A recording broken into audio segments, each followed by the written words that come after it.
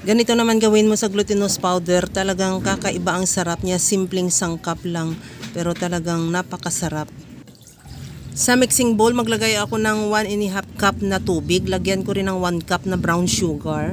At ihalo hanggang sa matunaw yung asukal. At ilagay ko na yung 500 grams na glutinous powder.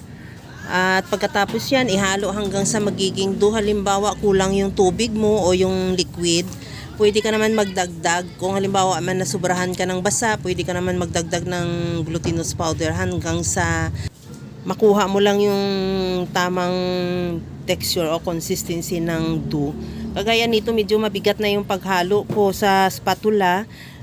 Gamitan ko na yan ng kamay, kakamayin ko na para mahalo ko talaga ng mabuti hanggang sa magiging dough na at kung makuha ko na yung tamang niya, texture.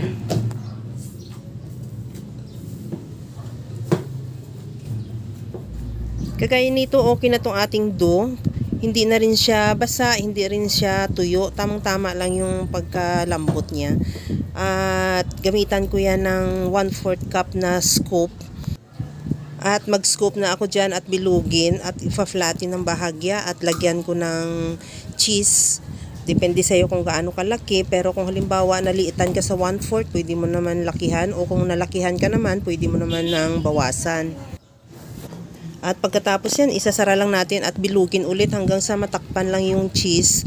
At ituloy na lang sa pagbilog hanggang sa maubos yung ating dough. At ito na yung nagawa ko lahat sa 500 grams at nakapakulo na rin ako ng tubig. Ilagay ko na yung ating palitaw na bilo-bilo at antayin na lang lumutang. Pagkalutang, luto na yan at tanggalin natin yan sa kawali at ilagay muna sa tray o kung sa anuman paglalagyan mo dyan at saka natin yan i-coat sa powdered milk. At pagkatapos yan, okay na yan yung ating napakasarap na meriendang milky palitaw. Kaya mga kalasa, kung nagustuhan mo yung ating video, please like na lang at pakishare na rin sa inyong mga friends. At kung bago ka pa lang sa aking channel, subscribe na at i-click mo na rin ang bell button para sa mga notification. At kagaya nito, i-coat ko lang yan sa powdered milk. Talagang masarap yung powdered milk.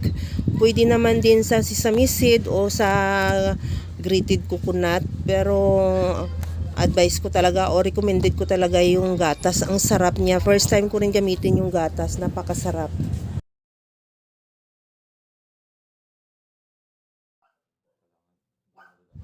Ito na yung ating napakasarap na milky palitaw. Sarap niya, tikman na rin natin. Tamang-tama talaga to. Sigurado magugustuhan to ng inyong mga chikiting. Okay na to. Hanggang sa muli mga kalasa. Thank you for watching. Bye-bye!